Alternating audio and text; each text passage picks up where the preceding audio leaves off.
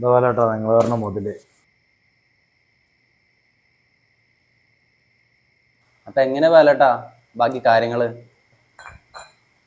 അതൊക്കെ മക്കളെ ഞാൻ പറഞ്ഞതല്ലേ, ഇത് എൻ്റെ പ്ലാനിങ് അല്ലേ. 60 എനിക്കും 40 നിങ്ങൾക്കും. നടക്കില്ല വേലട്ടാ. കാര്യം ഇങ്ങനെയൊക്കെ ആണെങ്കിലും പണി ഒരുപാടുണ്ടായി. നമുക്കൊരു കാര്യം ചെയ്യാം, ഇത് 3 ആക്കാം.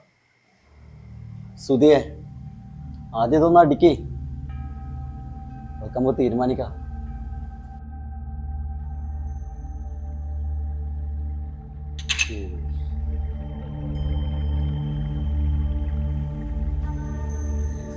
കൂടുള്ളവർ തന്നെ തീർത്തിട്ട് എനിക്കിത് ഇവിടെ എത്തിക്കാൻ കഴിയെങ്കിൽ ഇതെങ്ങനെ തീർപ്പാക്കണമെന്നും എനിക്കറിയാം. അതുകൊണ്ട് മക്കളെ കിട്ടണതും വാങ്ങി വിട്ടോളി. പിന്നെ അങ്ങനെ ആവട്ടല്ലേ സുധിയെ? അങ്ങനെ ആവട്ടെ. ബാലേട്ടനെ വെറുപ്പിച്ചു എന്നുള്ളൊരു പേര് ദോഷം നമുക്ക് വേണ്ട.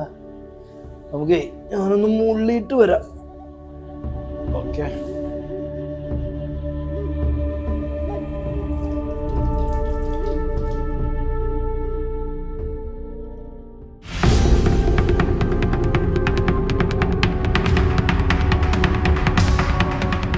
എന്തിനാ എന്നെ കൊണ്ട് പണിയെടുത്ത കാശില്ലേ ഞാൻ ചോദിച്ചോളൂ.